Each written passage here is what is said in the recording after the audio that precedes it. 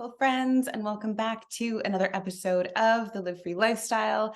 I am Leah Brathwaite, and I have a beautiful topic to discuss with you today, and it is how to make friends with your ego. If you are on any sort of spiritual path or even doing personal development work, there's often a theme or a story about kill the ego, get rid of your ego, annihilate the ego. Your ego is not your friend. And I'm here to tell you that that is not entirely true.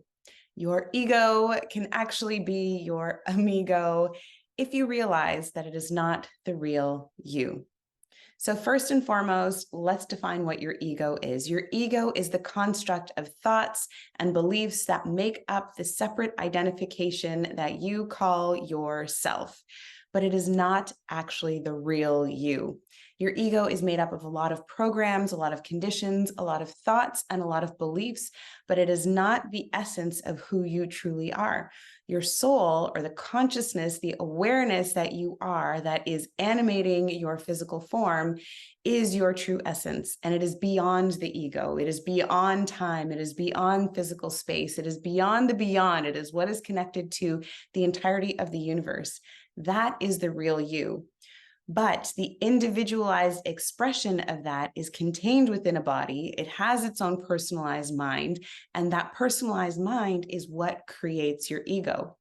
And it happens throughout growing up, as you're learning how to be a person in a family, as you're learning how to be a member of society, a member of a culture, a member of a community. You are adopting these patterns, these programs that form your sense of identity or your sense of an ego.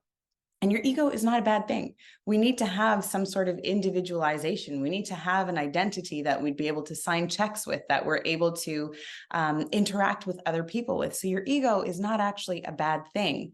What happens, or why there's so much hype around getting rid of the ego, is when you identify as that being the true you, and when you let that be the part that directs your life.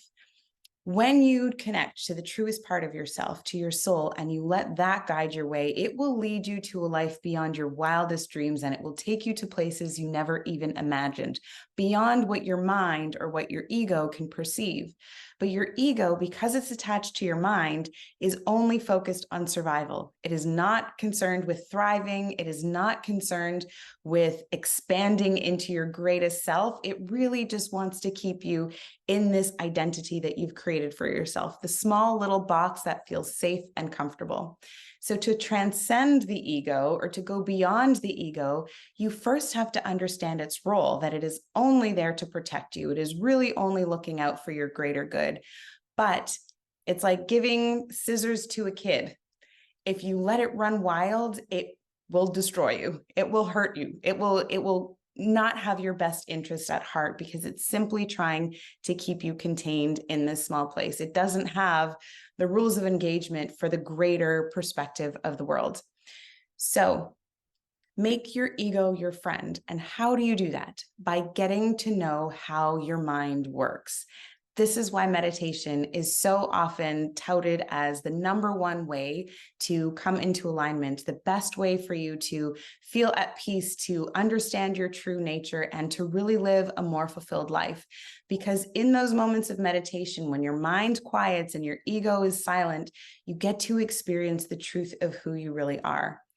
And in that space, you're able to step back a little bit and see how the patterns of your mind play out.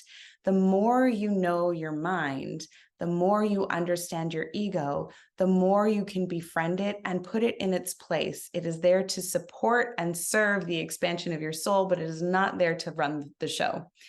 So I would love to hear your thoughts, how this lands for you, what it feels like for you in your system. If you have questions about your ego versus your soul, let me know and I can make a deeper video on that. But for now, I wanted to leave you with this. Your ego is not the enemy.